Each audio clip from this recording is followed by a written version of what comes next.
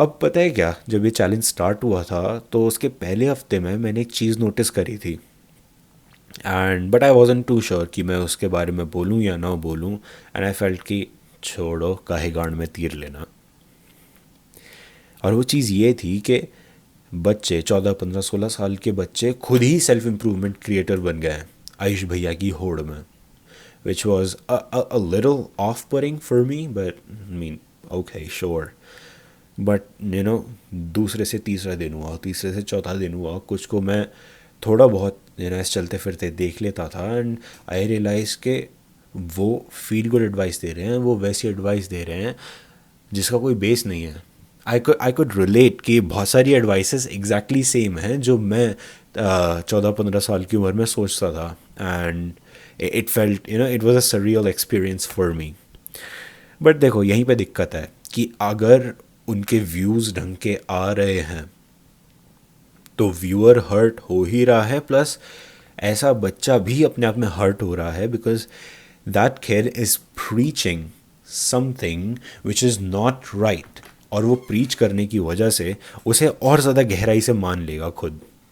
So he'll have a hard time getting rid of that nuanced and false ideology, वो कुछ भी हो कि सिर्फ लुक्स मैटर, मतलब बहुत सारे बच्चे हैं जो कहते हैं सिर्फ लुक्स मैटर करते हैं। और मैं जब 14 साल का था, I also can remember a brief time जहाँ पर ये बात सच थी। अब पता है क्या, ये ना एक सिम्टम है of a bigger intermediate symptom, and that intermediate symptom के पीछे एक बहुत बड़ा अंडरलाइंग कॉज है, एक बहुत बड़ी अंडरलाइंग प्रॉब्लम है। तो पहले उस इंटरमीडिएट सिम्टम की बात करते हैं कि ऐसे क्रिएटर्स क्यों रहे हैं, why are such creators popping up, कि वो बच्चे हैं, वो वही सेम जैसे आयुष भैया कर रहे हैं, जो एक और लड़का है वो कर रहा है, वो वही सेम चीज़ें ही क्यों करना चाहते हैं। एंड दैट्स बिकॉज कि वो बच्चा फर्स्ट टाइम एंगेज कर रहा है with an immediate long term goal, कि एक ऐसा गोल जो कि फीलिंग में रिलेटिवली लॉन्ग टर्म है, but it still gives you like relatively quicker results. कि भैया अपना शरीर ठीक कर लो, अभी खाना ठीक करोगे, थोड़ा शरीर को हिलाओगे डुलाओगे, अपने आप डिफरेंस दिखेगा। सेम गोज़ फॉर ये थोड़ा लुक्स वट एवर, अभी मैंने ये रिसेंटली चीज़ सीखी है, but it's again macros and माइक्रोज pretty much. And ये ना हाँ, मैं ये कह रहा था कि दिस इज़ बिकॉज वो बच्चा इनहेरेंटली अभी भी पर्पसलेस है, he doesn't actually have a thing to talk about, and because of that वो बस उस पर उतर आता है कि monkey see and monkey do, कि उसने जो देखा वो वही ही कर रहा है, because he has put that as the highest ethic, as the highest virtue for himself right now. And yeah, that is problematic.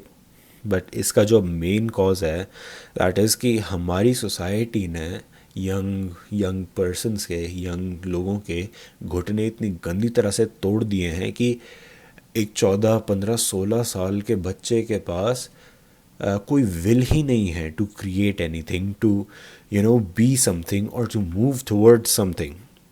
उसने ज़बरदस्ती इंटरनेट से गोल उठाया है कि ला शरीर ही इम्प्रूव कर लें, जिस शरीर में रह रहे हैं उसे ही इम्प्रूव कर लें, और वो उसमें भी स्ट्रगल कर रहा है। It's not even natural to him. And this is mainly because कि इंडिया ना एक बहुत ही सर्वाइवल बेस्ड माइंडसेट पर रन करता है। अगर मैं तुमको फीलिंग दूँ कि सर्वाइवल बेस्ड माइंडसेट क्या है, वो ये है कि मुझे उसके हिस्से का मिल जाए तो समहाउ वो बेहतर होगा। And this is probably the only thing that can explain the civic sense issues, the regulation issues, the corruption issues.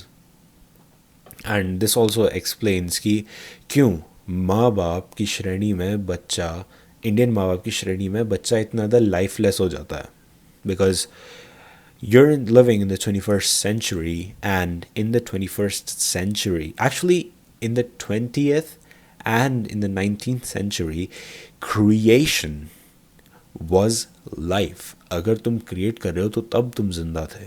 हमने इतना जल्दी वो मतलब पारा टच कर दिया था of like sorting out our survival shit. But India में गरीबी रही, वॉट एवर, आज़ादी का पूरा सीन हुआ.